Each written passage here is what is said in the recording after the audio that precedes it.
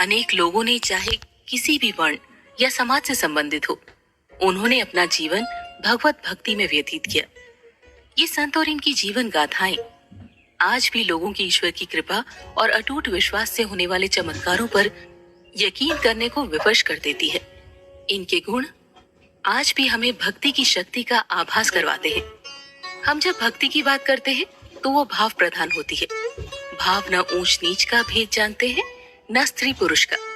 भाव तो केवल हृदय की पवित्रता को पहचानते हैं।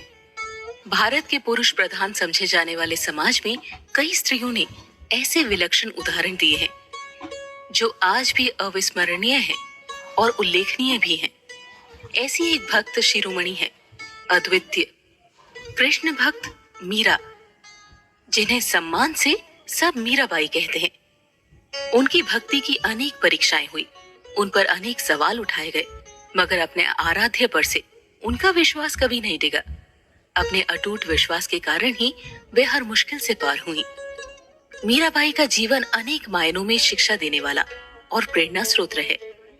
मीरा का जन्म लगभग 16वीं शताब्दी में 1498 में राजस्थान के मेड़ता के राजा दूधाराव राठौड़ के चौथे पुत्र रत्न सिंह राठौड़ और वीर कुंवरी बाई के घर पे हुआ।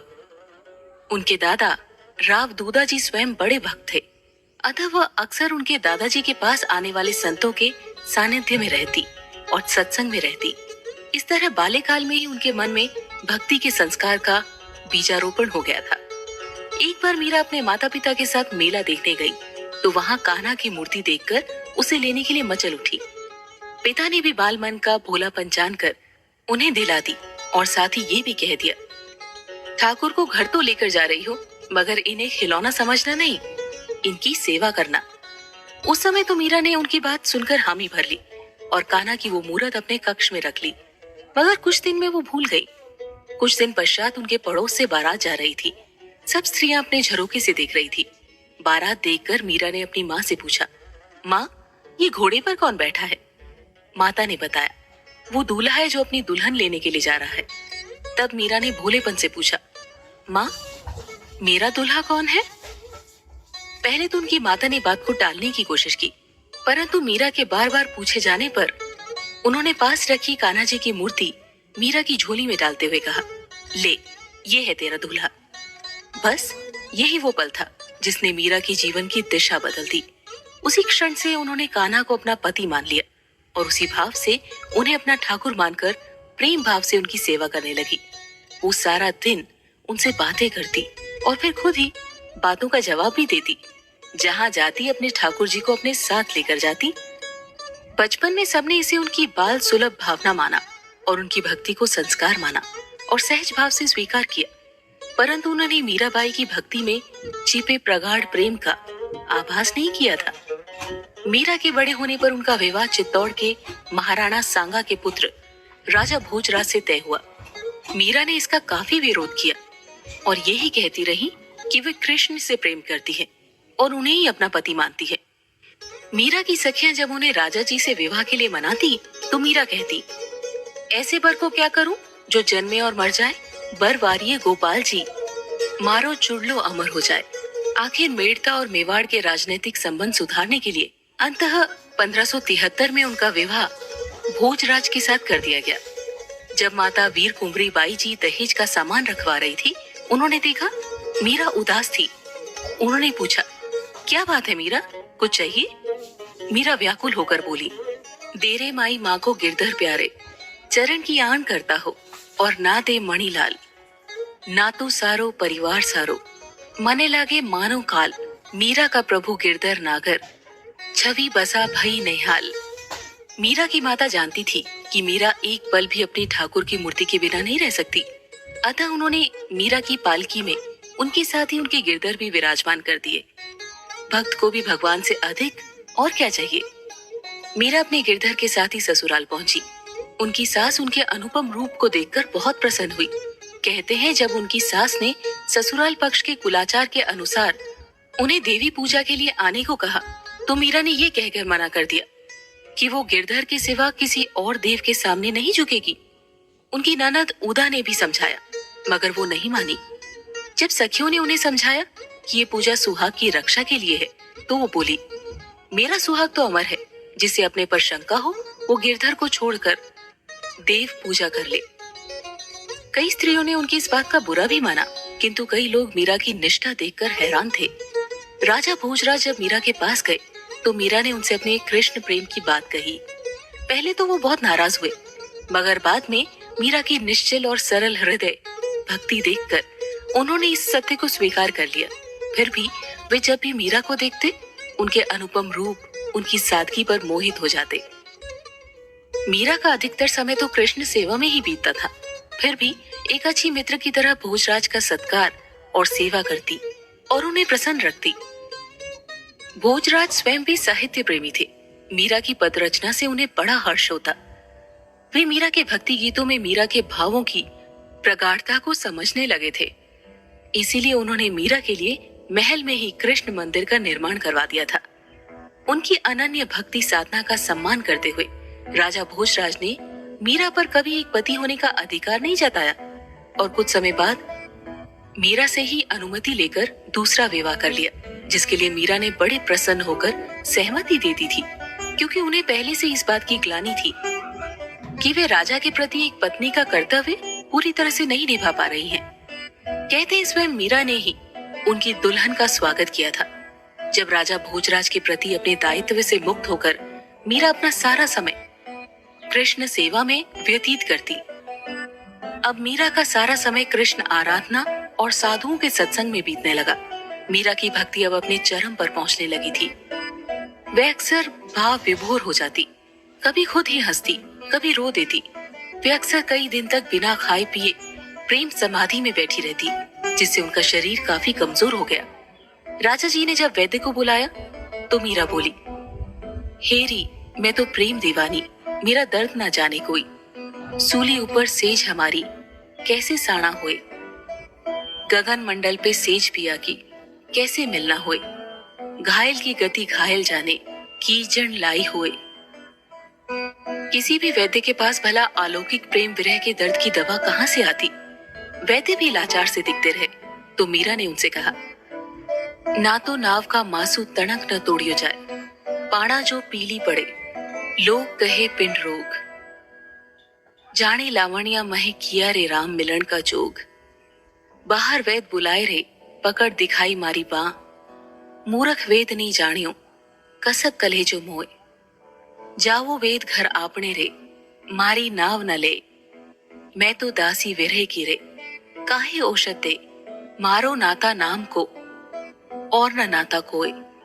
मीरा व्याकुल बिरहणी, हरि दर्शन दीजियो मोहे। मीरा की इन बातों और फिर अपार शक्ति के आगे राजा भोजराज नतमस्तक हो जाते। राजा भोजराज जो कभी कभी मीरा से मिलने जाते थे, उनके जाने के बाद मीरा का वो समय भी गिरधर की सेवा में ही बीतने लगा।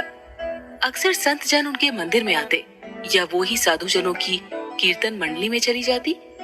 विवाह के बाद भी इसी प्रकार 10 वर्ष बीत गए।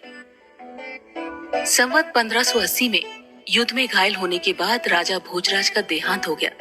पूरा राजपुताना समाज इस बात से हैरान था कि राजा भोजराज की मृत्यु पर सती होना तो दूर, मीरा ने अपना सुहाग वेश नहीं त्यागा।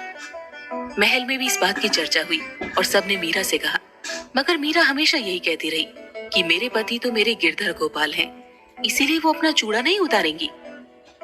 रूढ़िवादी राजवंश में ये बात किसी को पसंद न आई, मगर मीरा के हठ और तर्क के आगे सब निरुत्तर हो जाते।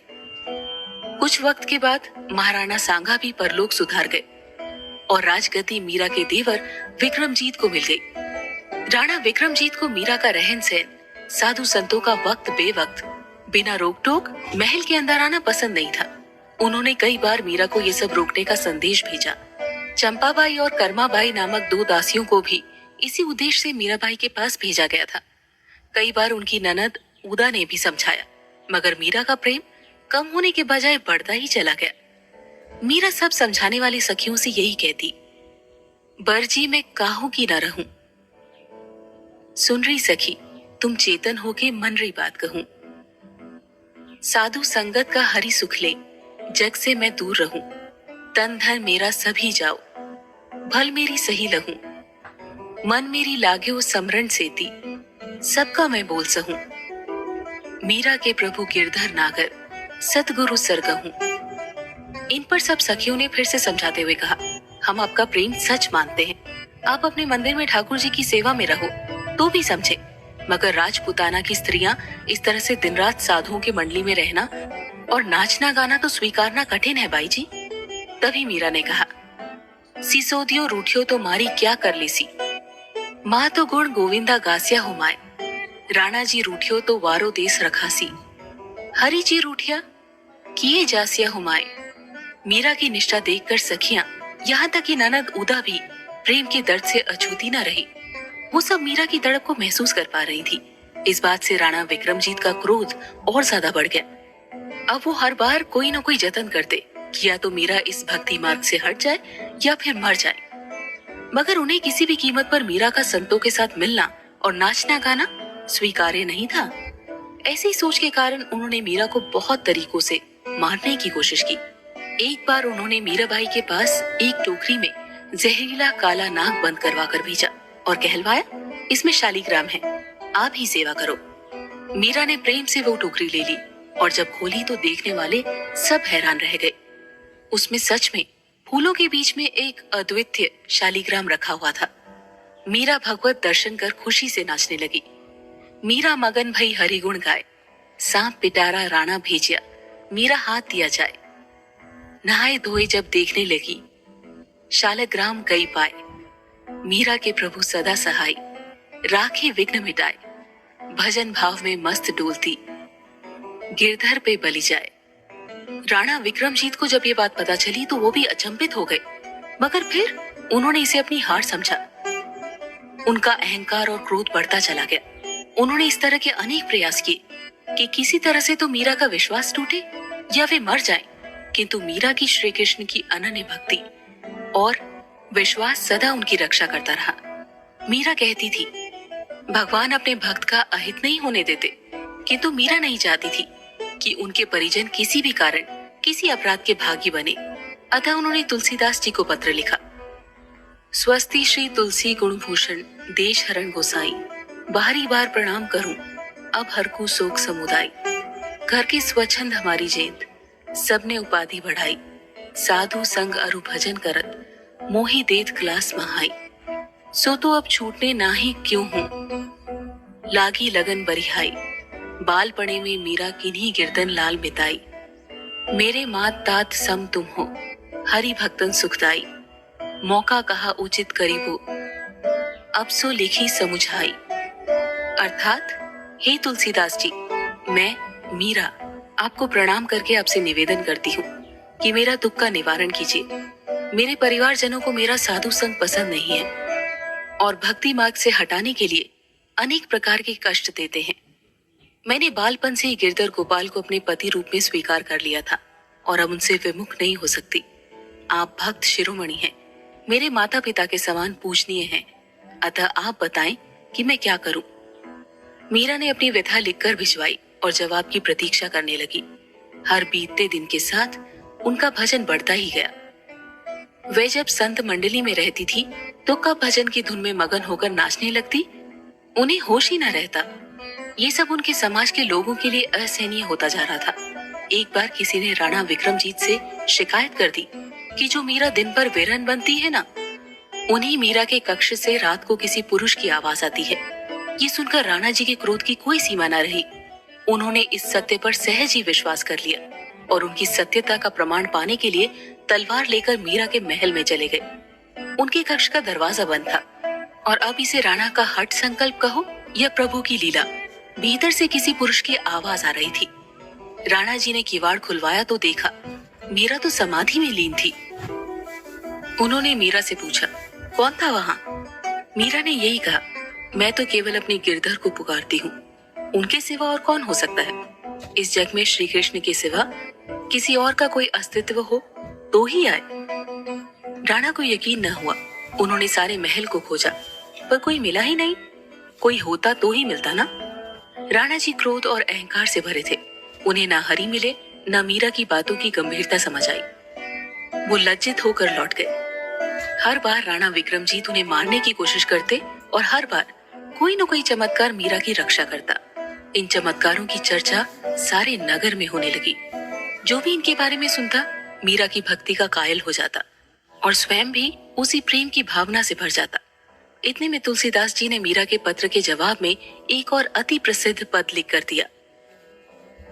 जाके प्रिय न राम बेदेही, तजिए ताही कोटि बेरी, सम जदपि परम स्नेही, तजियो पिता प्रहलाद विभीषण, बंधु भरत महतारी, बलि गुरु तजियो कंत, ब्रज बनी तनी भय मुद मंगलकारी, ना तो नेह राम सो मनिहत, सुहृद सुसेवे लो, अंजन कहाँ कहीं जेही फूटे, बहु तक कहाँ कहो लो, तुलसी सो सब भांति, परम हित पूजे प्राण ते प्यारो, जासो बड़े स्नेह राम पद, ऐसो मतो हमारो। गोसाई तुलसीदास जी की प्रेरणा से ही मीरा ने एक राम भजन पायो जी मैंने राम रतन धन पायो की रचना की। ये इतना प्रसिद्ध हुआ कि आज भी गाया जाता है। कहते हैं मीरा के पदों की यानी कि कृष्ण प्रेम की जो कविताएं वे कहती या लिखती थी, उनकी प्रशंसा सुनकर अकबर भी तानसेन को साथ लेकर वैष्णव वेश में आए और मीरा की भक्ति का अद्भुत प्रभाव देखकर रणछोड़ जी श्री कृष्ण के लिए अमूल्य हार देकर लौट गए। ये सब राणा विक्रमजीत के लिए असहनीय था। एक दिन उन्होंने मीरा को विष का प्याला देते हुए कहा, ये चरणामृत है। मीरा ने सच जानते हुए भी प्रेम से पी लिया। भगवान स्वयं भक्त की परीक्षा लेते हैं तो रक्षा भी वही करते हैं। ये कथा तो जगत में प्रसिद्ध है कि वो विष भी मीरा के लिए अमृत बन गया। राणा जी को जब ये पता चला तो वो दंग रह गए और बोले, प्रहलाद से भक्त कलयुग में कहां से आ गई। इसके बाद मीरा ने ये सोचकर कि परिजनों से कोई अपराध ना हो जाए, आखिर राजमहल छोड़ दिया और भगवान को खोजती हुई उनके नाम वृंदावन की ओर चलती। अनेक स्थानों पर साधु संग करती हुई और उनके विचार जानती। उनकी तीर्थ यात्रा के दौरान मीरा ने अनेक संप्रदायों के संतों के दर्शन किए, मगर सबके अलग अलग विचार थे। सब अपने संप्रदाय को महान और दूसरों से नीचा दिखाते। मीराबाई को इससे संतुष्टि न होती। वो सदा यही सोचती कि सच्चा संत तो वो होता है जो स्वयं को ही छोटा मानता है और किसी की निंदा नहीं करता। इन सब से उसके मन में संतुष्टि नहीं मिलती। उन्होंने अपनी यही व्यथा एक संत से कही। उन्होंने मीरा को काशी जाने को कहा। काशी में मीरा को संत रैदास मिले, जिन्हें लोग संत रविदास के नाम से जानते हैं। उनके दर्शन हुए। मीरा ने प्रार्थना की, हे प्राणनाथ गुरुदेव, मैं तमाम साधु संतों और महात्माओं को टटोल चुकी हूँ, परंतु मेरा दुख किसी ने नहीं काटा। पर आपके दर्शनों ने मन को धीरज प्रदान किया है। मुझे जन्म मरण के चक्कर से डर लगता है, इसीलिए मुझे अपनी चरनी लगाओ और नाम की पवित्र दात देकर मुझ दुखियारन के दुख दरिद्र दूर करो। मैं परमात्मा जी के दर्शन की चाह में दीवानी फिरती हूँ, परंतु दुनिया के लोग मुझे पागल जानकर मजाक बनाते हैं और ताने मारते हैं। इसीलिए मैं संसार से उदास होकर तुम्हारे दर पर आई हूँ। माता पिता, ससुराल वाले और रिश्तेदार मुझे अभागन जानकर माथे पर बल डालते हैं। हे गुरुदेव, आप मेरे अंधेरे मन में प्रकाश करो ताकि अपने आप ही समझ आ जाए। मीरा जी की प्रेम में और विनम्र विनती सुनकर भक्त रविदास जी के मन में बड़ी दया आई और उन्होंने सोचा कि इस संसार में ऐसी देवी भी है जो केवल परमात्मा के दर्शनों से ही प्यार करती है। इसका मन शीशे की तरह अंदर से निर्मल है। भक्त रविदास जी ने मीरा जी को ब्रह्म ज्ञान का उपदेश दिया। कहा, भैयो जऊ तनु भैयो छिनु छिनु, प्रेमु जाय तयु डर पे तेरो जनु। अर्थात क्या होगा अगर ये शरीर छिन्न भिन्न हो जाए। परमात्मा से प्रेम करने वालों को इस बात से डर नहीं लगता। उन्होंने मीरा को एकनिष्ठ होकर अपने आराध्य की भक्ति में लीन होने को प्रेरित किया। उन्होंने कहा, भगवत प्रेम हर किसी को सरलता से ना मिलता है, ना ही सही समझ पाता है। ये तो कई जन्मों की तपस्या है जो फलीभूत होती है, तब कहीं कोई भक्त कहलाता है। इसीलिए अगर कोई पागल कहे तो कहने दो, ये पागलपन भी इस प्रेम का इनाम मानो, मगर लोगों की बातों में आकर अपने निश्चय से न डिगना। तब मीरा ने उनसे कहा, सब अपने अपने संप्रदाय को महान बताते हैं, मैं किसको उत्तम मानूंगी। रैदास जी बोले, एक ईश्वर ने कई रूप लिए और अनेक हो गए। ये अनेक ईश्वर अपने लिए स्वयं भक्त चुन लेते हैं। मत सोचो कि तुमने कृष्ण को चुना या तुम उनसे प्रेम करती हो। सोचो कि कृष्ण ने प्रेम के लिए तुम्हें चुना। तुम उन्हें खोजती हुई दर दर भटक रही हो और कृष्ण हर पल तुम्हारे संग रहकर तुम्हारी रक्षा करते हैं। इसीलिए अपने पथ पर निरंतर आगे बढ़ो, एक दिन कृष्ण को पा लोगी। ये सुनकर मीरा अत्यंत प्रसन्न हुई। उन्होंने रैदास जी को अपना गुरु मानकर उनकी आज्ञा का पालन किया। मीरा का रैदास को गुरु मानना ये शिक्षा भी देता है कि सज्जनों और भक्तों की जाति नहीं पूछी जाती। लोगों ने कई बार कहा, मीरा आप राजपूत हो तो निम्न जाति के गुरु क्यों? तब मीरा बोली, गुरु मिलिहा संत गुरु रविदास जी, दीन ही ज्ञान की गुटकी। मीरा सतगुरु देव की करे वंदा आस, जिन चेतन आत्म कहा धन भगवान रैदास। अर्थात मीरा को संसार में एक गुरु रविदास ही मिले जिन्होंने सत्य और ज्ञान की बात कही। मैं अपने गुरु को प्रणाम कर उनकी बात पर विश्वास करती हूँ। धन्य है गुरु रैदास जिन्होंने मुझे आत्मज्ञान का सत्य समझाया और मेरे हृदय में चेतना जगाई। तब मीरा अपने गुरु की आज्ञा अनुसार कृष्ण नाम में रम गई। काशी से वे कृष्ण की लीला भूमि वृंदावन गई। वृंदावन की गलियों में वो गाती फिरती, बंसी वाला आव्यो मारे देश, थारी सावरी सूरत वालो भेस, आऊं आऊं कहकर गया जी, कर गया खुल अनेक, गिनत गिनत जिस गई जी, मारी उंगलियों की रेख। कहते हैं भक्त के पुकार पर भगवान को भी आना ही पड़ता है। कान्हा को अपने बाल स्वरूप में आकर मीरा को दर्शन देने ही पड़े। अपने प्रीतम के दर्शन पाकर मीरा प्रेम दीवानी हो नाचने गाने लगी। आज मैं देखियो गिरधारी, सुंदर बदन मदन की सीमा, चितवन अंधियारी, माधुरी मूरत अति प्यारी, बसी है निस दिन हृदय विच, टरे नहीं टारी। एक बहुत ही प्रचलित प्रसंग है। वृंदावन में मीरा चैतन्य महाप्रभु के शिष्य जीव गोस्वामी से मिलने के लिए गई तो गोस्वामी जी ने अपनी कुटिया के भीतर से ही कहलवा दिया कि वे किसी स्त्री से नहीं मिलते। मीरा ये सुनकर जाने लगी, मगर जाते जाते बोली, मैं तो समझी थी कि वृंदावन में गिरधारी ही ऐसे अकेले पुरुष है। आप तो एक नए पुरुष प्रकट हुए लगते हैं। ये शब्द उन्होंने इतने ऊंचे स्वर में कहा कि जीव गोस्वामी जी को सुन गए। जीव गोस्वामी जी को अपनी भूल का एहसास हुआ तो वे बाहर आकर उनसे मिले। वृंदावन से मीरा द्वारिका की यात्रा के लिए चलती। वे जहां जाती लोग उनके भक्ति भाव के आगे नतमस्तक हो जाते। उधर मीरा के जाने के बाद चित्तौड़ में उपद्रव होने लगा। लोगों और ज्ञानियों ने राणा विक्रमजीत को समझाया, चित्तौड़ में एक वैष्णव भक्त का निराधार हुआ है, इसलिए ये सब कुछ हो रहा है।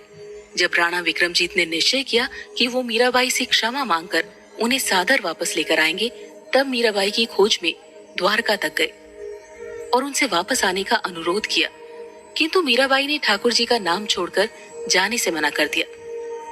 आखिर राजा विक्रमजीत को मीराबाई के बिना ही लौटना पड़ा और मीरा सदा की तरह अपनी भक्ति में मग्न हो गई। द्वारिकाधीश के दर्शन करते हुए मीरा भाव विभोर होकर नाचने लगती और एक दिन ऐसे ही भजन करती हुई द्वारिकालीन में ही लुप्त हो गई। कहते हैं मीरा सी भक्ति और सद्गति किसी एक जन्म की नहीं बल्कि जन्मों की तपस्या का फल है। मान्यता है कि मीरा पूर्व जन्म की गोपी थी जो कृष्ण से अनंत प्रेम की आस में रही और कृष्ण से मिलने की आस में ही उन्होंने प्राण त्याग दिए। वही गोपी फिर मीरा के रूप में जन्म लेकर आई। मीरा की कीर्ति का कारण केवल उनकी भक्ति ही नहीं अपितु कृष्ण को आराध्य मानकर लिखी गई उनकी भावपूर्ण कविताएं भी हैं। मीरा द्वारा रचित पदावलियां हिंदी साहित्य के लिए अनमोल है। इनके काव्य संग्रह ने मीरा का नाम भक्ति काल के प्रसिद्ध और उत्तम कवियों की श्रेणी में संकलित कर दिया।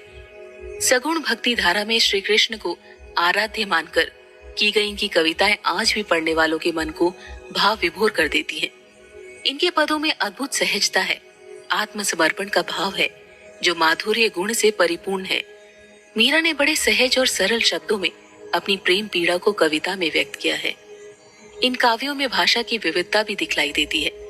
राजस्थानी और ब्रिज भाषा के अलावा गुजराती, पूर्वी हिंदी, पंजाबी भाषा के शब्दों में बहुतायत ही इनकी विविधता का कारण है, जिसके कारण इनका प्रभाव पूरे भारतीय साहित्य पे दिखाई देता है। मीरा के पदों की विशिष्टता उनका कृष्ण के प्रति अनंत प्रेम और उनकी तीव्र आत्मानुभूति में निहित है।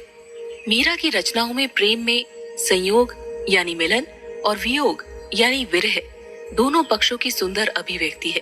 कृष्ण के प्रति मीरा की प्रेम और विरह वेदना सूरदास की गोपियों से कम नहीं है। स्वयं सुमित्रा नंदन पंत जी ने उनके बारे में लिखा था, मीराबाई राजपुताना के मरुस्थल की मंदाकिनी है। मेरे तो गिरधर गोपाल दूसरों न कोई, हेरी मैं तो प्रेम दीवानी, मेरा दर्द न जानियो कोई। ऐसे भजन आज भी बहुत प्रचलित है और सबके प्रिय हैं। कई फिल्मों में भी इनका प्रयोग किया गया है। मीराबाई का चरित्र भगवान के प्रति प्रेम और समर्पण की भावना रखने वालों के लिए ही नहीं, अपितु भक्ति के पथ पर आने वाली बाधाओं से डर जाने वालों के लिए भी प्रेरणा का स्रोत है। अंततः बस यही कह सकते हैं कि सच्चे प्रेम और दृढ़ निश्चय से तो भगवान भी वशीभूत हो जाते हैं। भक्त की पुकार सुनकर उन्हें आना ही पड़ता है। इस बात को मीराबाई ने अपने जीवन में प्रमाणित किया है।